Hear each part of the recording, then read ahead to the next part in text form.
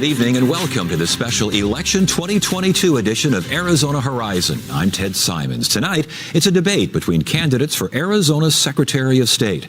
Tonight's debate is sponsored by Arizona Clean Elections, your source for nonpartisan official election information. I'm Richard Rellis of the Arizona Republic and azcentral.com. Tonight's debate is not a formal exercise. It's an open exchange of ideas, an opportunity for give and take between the candidates for one of the state's highest offices. Dialogue between candidates is encouraged and given the candidates perhaps inevitable, provided that all sides get a fair shake, and we'll do our best to make sure that happens. And joining us now for tonight's debate, Republican Mark Finchem, a member of Arizona's House of Representatives, and Democrat Adrian Fontes, a former Maricopa County recorder. Over 140,000 ballot images don't have an audit head stamp. How did that happen if Dominion equipment is supposed to be uniform in its application of the scanning and tabulation of ballots? How does it happen that election officials, county, statewide, hear these claims, hear these accusations? They've done audits before, during, and after elections, and they find no evidence of wrongdoing and no evidence of widespread fraud. How does that happen? So we've got the evidence. Well, the media has just refused to look at it. No, the media is. Why are the allow courts me to not? finish, sir. Allow me to ask. We the have question. 140,000 ballot images out of Maricopa County that were allegedly scanned by Dominion equipment that have no audit head stamp. Is that a criminal activity? I'm asking questions here, sir. I've spent 8 years in the Arizona legislature. I was elected to do one thing: ask questions on behalf of my constituents. I now have an open question that cannot be answered. We've gone to court, and the allegation is, well, the case was thrown out of court. No, the case was not. It was dismissed on standing. We are now in front of the Ninth Circuit because the standing question was misapplied. We have presented the evidence, and the court accepted the evidence. So to make the allegation that there's no evidence is patently false. Go ahead, please, Richard. To move slightly on from 2020, was the August midterm election fair? Were there any improprieties you saw? I have no idea. It is what it is. What changed? What changed? Yes. The candidates. I have no idea. We've not really dug into what happened with the processing of ballots. I think that there has been certainly a heightened sense of scrutiny. But people have taken a closer look. The machines are the same. I mean, we have like spotted, say, a similar algorithm.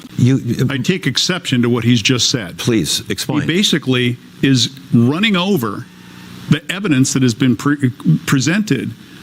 The evidence that is visual evidence. You can't go back and relitigate something that has been recorded on video.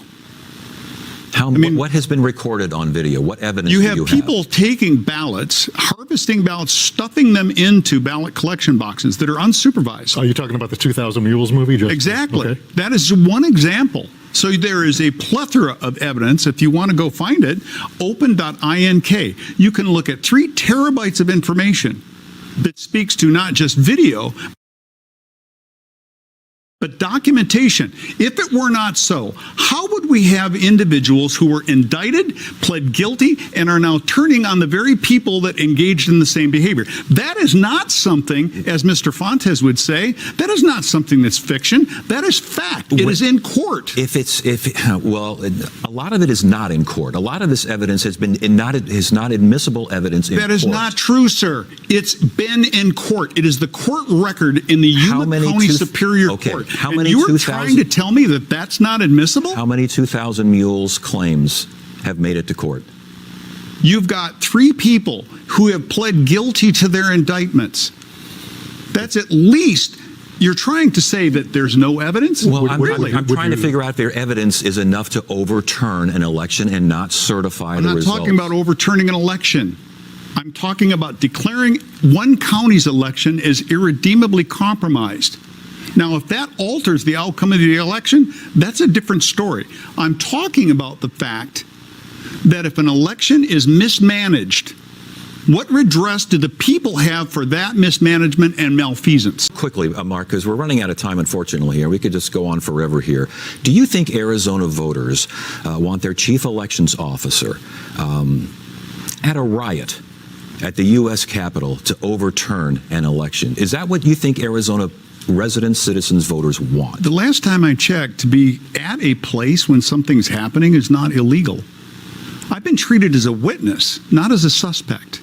The mere fact, nobody's talking about Acela Blanc, who was actually arrested on the steps of the state capitol for interfering with operations. Nobody talks about that. In fact, nobody's even brought up the fact that I'm a lifelong member of the National FOP, an establishing member of the Constitutional Sheriffs and Police Officers Association. The fact that I was in Washington, D.C. For that event?